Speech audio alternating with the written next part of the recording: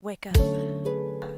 I'm your host, Leisha Bell, co-founder of BLXBC, an angel syndicate run by Black and Latinx women who are on a mission to represent ourselves and claim our seats on cap tables. And Stay blessed. tuned. Hi, my name is Dawn Batts. I spend a lot of my time activating angel investors and helping founders prepare for their funding pathway. One of the things that I love to do when I'm not doing that is ride horses. I've always loved horses. They are so majestic. It just feels like I'm one with the horse and with nature when I'm riding.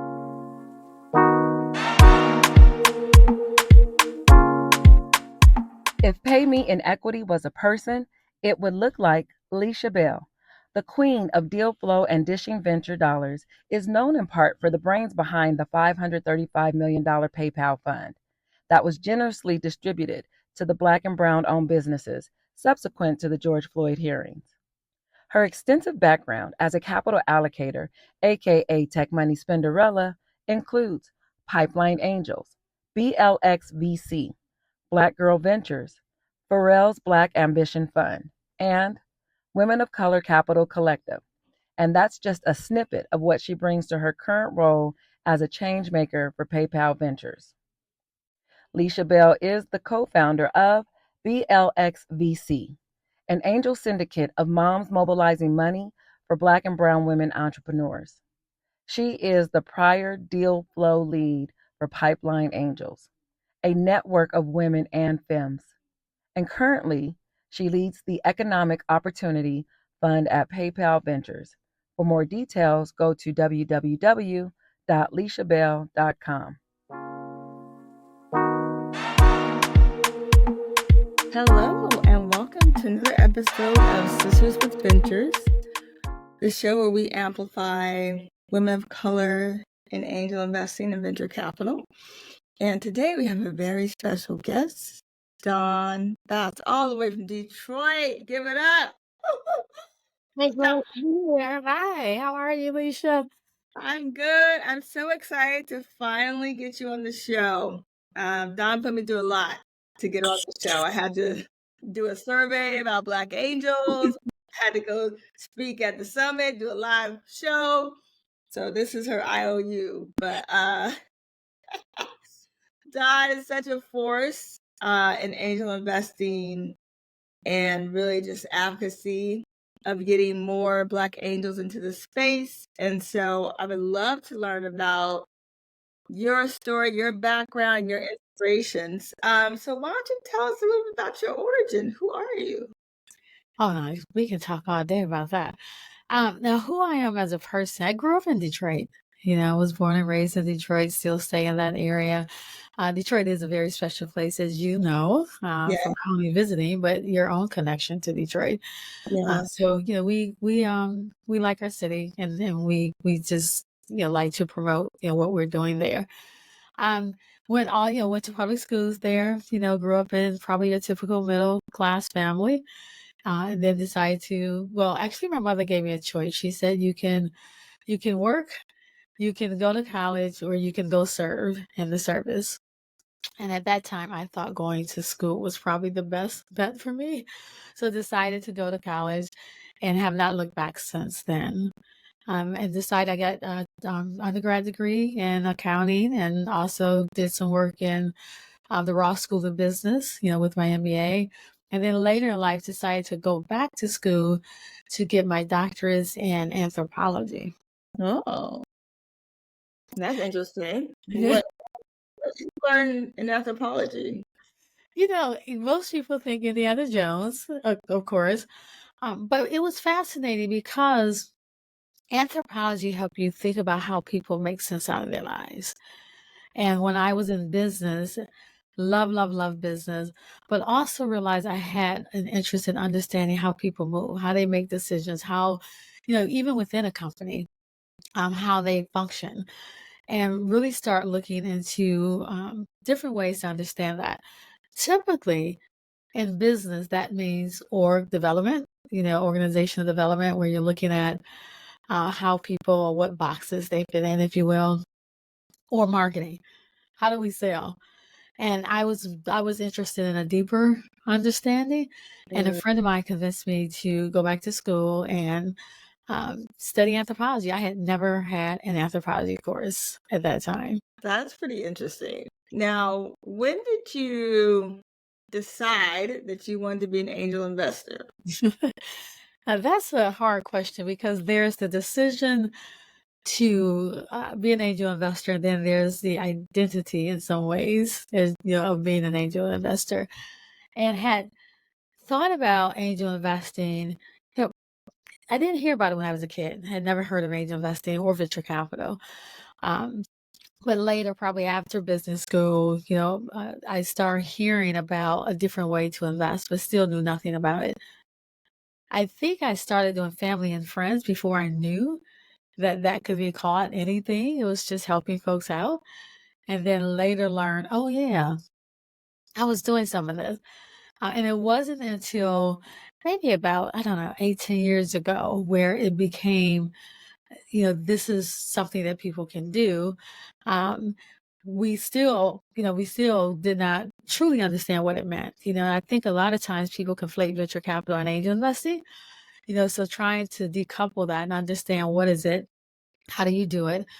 And at the same time, my husband and I had owned a boutique investment firm. And we began seeing the trends from institutional investors move from your typical stocks to this thing called private equity. And their money start moving. So we, start following the money. So okay, what are people and what are these institutions investing in?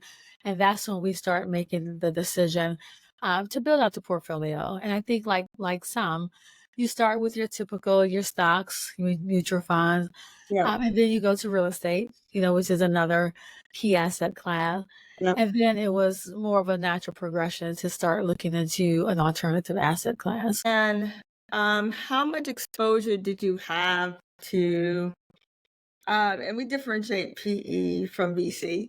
I know it's related, but not the same. So Not at how all. did you into that portfolio? What was that? Can you How- say that? Oh yeah. Yeah, it kind of came a couple of different ways. So we were doing family and friends and didn't know it. Yeah. And then after that, a friend of mine came to me and said, remember we were talking about this angel thing? Are you interested in starting an angel network? And I'm like, yeah, I'm in. Let's do this.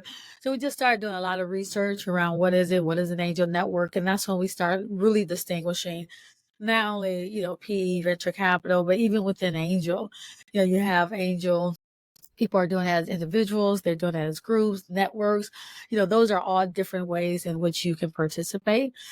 So we decided to start an angel network, at that time, where individuals can still make their individual decisions, and yet you can still roll up as a group if you would like, to invest in the company itself. And that takes a lot of effort and time, due diligence. I mean, you know the story. You do, you do syndicates. You're involved in a number of things, but it takes a lot of time. But I think it was a good learning because oftentimes you hear about investing, but not understanding what goes on behind the scenes. And it does take a lot of effort to, understand the company, the business model, the scalability part of it. So it was something that, a labor of love, if you will, but definitely enjoyed that process. Yeah. I think the work of angel investing when you are what we call the due diligence lead is pretty intensive. Now, if you're an angel who just getting deal flow and just picking and writing checks, that's the easy part. But if you got to source the deals, work with entrepreneurs, build the SPV, and then what I call like pound the pavement to get the capital, it's pretty intensive. And so I think one of the problems, Don, we'll talk about that we care about is like the intensiveness of the work and how it hinders our outcomes, right? Like angel investing is very not only time consuming, it's expensive, right? And so we do need a better way, right? Because I think even for myself, I think Don, you figured out like this is not sustainable long term. Like it's extremely difficult to keep going. So even I may do max 3 deals per year, right? Because it is a volunteer project and a labor of love. So, we love this thing. We love the concept of it. It does have to become a little bit more sustainable for everybody involved. Mm-hmm. Yeah. Yeah. I'm glad to see more emerging platforms, if you will, that make it easier. There was a time where you probably recall where a lot of it was, you were putting together all the pieces. There's still not one platform that does it well, but they're more efficient platforms to roll up the SPV, to get it out to everybody, and the signatures and wiring the checks, or even the deal flow, how you can share deal flow. Right. I think that has changed, but yet there's still work involved. I love it because you get a chance to meet a lot of different folks, both on the founder and the angel side, and to hear some of the greatest and newest innovation. So that keeps me going. Yeah, I think let's talk about that because I think a lot of pushback is why do it? Why do it? Right? It's very high risk. So, what are your motivations as an angel investor? I look at innovation is non-negotiable. When you think about how we live, when you think about evolution or over time, you need innovation. And in order to have innovation, someone has to create it. And that's where, to me, the entrepreneurs, the founders that are thinking of these crazy ideas, and they need funding in order to create it. There's a lot of misses in that, but that's what innovation is. We would call it failure, back in the day and even now, but you need failure in order to have innovation. Then that to me also drives economic development, because now you're talking about growth, you're talking about jobs, you're talking about all of the things that we have come to know and almost take for granted. It's just part of what's here. Right. And I believe angel work is a form of advocacy. And I know you're passionate about two things: Detroit and Black people. Talk about like why it's so important to be vested in local community. Yeah, and local, I say local, and I define local two different ways. Local in your physical space, and that's obviously the place that you live, work, you play. So you definitely want to make sure those spaces are comfortable and they're growing, for years to come, or better yet, generations to come. So that's very important to keep that very live. And then to me, there's a local or the community, which is a broader community, like the work that we did with the Black Angels Forum. I think it was very important for us to come together so that we can learn, we can see who's involved, and then go out and do the work in our local communities. Yeah, so let's talk about that. Dawn got me to go to Detroit in the middle of my sabbatical. She had a pause. I did. I love Detroit. It was a fabulous time. But like, that was pretty monumental to get together angels, angel groups, experts in the field, and provide education and connections, because what I was still hearing was people like, where do I start? How do I get, we're still trying to figure this out because it's so complicated. So tell us a little bit about your motivation behind the Black Angel Forum. Yes, I do this work nationally as well as locally. I am on the board of the Angel Capital Association, which is the largest network of angel investors around the country. Really, I would say around the world. And so I see, some of the work that's being done. And one of the things that I noticed is that there were pockets, particularly of underrepresented angel investors. And a number of people are attempting to gather Black angel investors or women angel investors. And I noticed particularly with Black angel investors, it was just a few in different places around the country. So I thought it was important, like, how do we bring everyone together from around the country to be able to have this conversation, to be able to learn some of the critical pieces of angel investing, like we talked about term sheets. As long as they've been around, most people have a difficult time understanding term sheets. What should I ask for? What shouldn't I ask for? So we had those conversations around term sheets. We had conversations around taxes, which is something that we sometimes may or may not talk about. So just thought it was a good time to bring folks together and level set and begin to have, learn together, talk about our journeys together, and hopefully begin to collaborate. Yeah. Hello, my name is Zora, and I will be telling you guys about my mom's new merch shop. Go to LishaBell.com. Thank you. And I think I learned, for me, getting outside my own bubble because I live in Silicon Valley. And for example, a safe no is a no. Like, there's really not discussion or debate. When I come to the Black Angels, like, we don't like it. We're not going to. It ain't good for us. I was like, what? I didn't know we had a choice, optionality in this conversation. Isn't that amazing? Different parts of the country, different processes, different expectations, and I think that's good to know. Yeah. It's good to talk about. It's good to know, because sometimes in certain places it's like, no, that's not possible. You should never take a safe note. Right. And that's not necessarily true. That was a good conversation between the people in the room of who was for safes and who was not for safe. It was a great debate. You definitely have to be there, but I'm sure there will be more from the Black Angel Forum that we will see in the future on several of these topics. So let's talk about like what the next steps are in case more folks want to get involved. Yes, for sure. Would love for them to contact me. The Black Angel Forum, while we kicked it off as a physical event, we continue the conversation. We want to make sure that people are connecting to other opportunities for education, other opportunities for events, that are happening, may they be virtual or in person. We want to make sure they're connecting because it's a journey. And we want to support them along the way.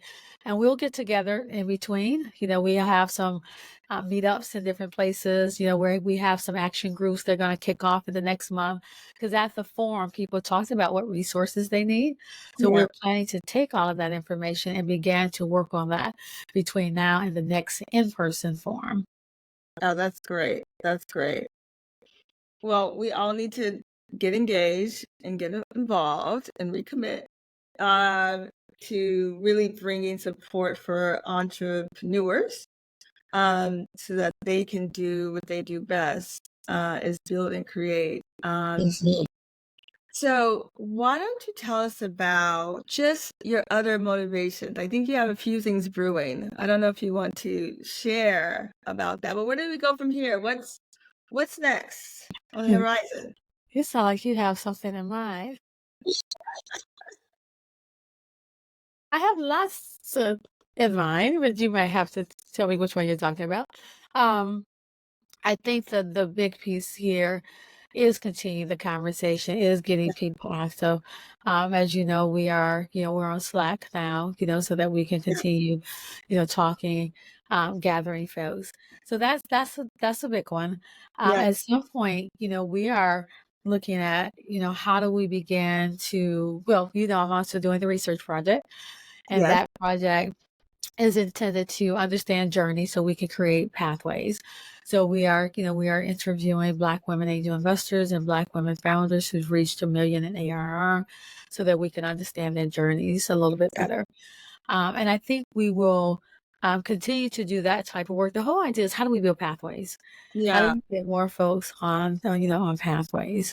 Well, I think just the other side of the pathways for angel investors, and that's essentially a wealth pathway. I mean, that's a big part of that. That's a whole nother podcast of how, because you have to get like, how does this relate?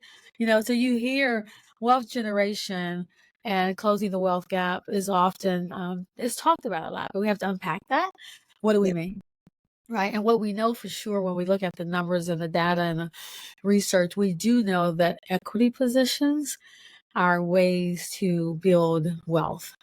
And we also know that that's a way that we can close the wealth gap. So this becomes even more critical. So yes, it's risky. I don't know if I've ever told you my Uber story. So that was one of my misses. Yeah, I see you're gonna have me crying out here. Yes, my older daughter, my bonus daughter, brought it to me and her Wow. dad some 11 years ago or so, and we just did not understand how can you get in a car with a stranger, and we also understood the medallion process, so we Yeah. just did not see it. And I think that's why it becomes important to have more people in the room to have the conversation, so you have other people talking through it with you. And Right. also de-risking with if I put in X dollars, you put in X dollars, then you're de-risking it a little bit. So it gets even more important to have those conversations with other folks in the room. You could have been just I wouldn't be on a call with you though. See, that's the good. you still got to do the work. That's why we you do the work. Oh my gosh. And I love it. You have this shirt that says invest for equity, which everyone at the conference got, and that's the concept, right? Like how do we build equity stakes, more meaningful ownership in all that we do in all the ways. Very important. I love it. So what would you tell your younger self? I would tell my younger self to take more risk earlier. Yeah. I think growing up, even though it wasn't explicitly said, I believe in my community, we thought we couldn't fail. We had an opportunity, so you had to do well in Yeah. whatever you did. But this life, there's no guarantee. And a lot of things that you learn or some of the things that you stumble upon is due to some missteps, Some of them are more calculated than others, but I think I would say risk more. Yeah. Yeah, and even in our investments, again, there's due diligence, all of that. But with angel investing, particularly earlier on, you won't have all the answers. You won't have all of the financials, from 5 years ago, and so you got to figure out what you will have. You have to understand and get your scorecard what's important, Yeah. and then you have to make that decision. Get your scorecard and determine what's important. We call that your investment thesis. Work on that. Get that together. I love it. So how can people support your work? Oh my, I would love to get in touch with anyone who's on this journey, particularly, Black angel investors, to talk about their journey, but also how can we support their journey? What do they need and how do we make sure that they feel like confident investors as they go along their journey? I love that. Thank you so much. That is our time Oh, today. We got the legendary Dr. Don on the call from Detroit. I just really appreciate the work that you do. I just met Don a few months ago. Now it's like we've been best friends forever. I'm in the family and everything. He's such a warm and caring, giving person, generous spirit. And we're so lucky to have you in this space advocating for us, you and your family, all of you, and what you're building. Really appreciate it. Thank you so much, Don, for coming on the show. Thank you for having me and even for hosting this platform for us to talk. I love it. Cheers. Until next time. Hey, it's your girl, Alicia Bell. Thank you for listening to Sisters with Ventures, where we amplify women of color in the venture capital ecosystem. We are on all streaming platforms available: Spotify, iTunes, Amazon, you name it, we're there.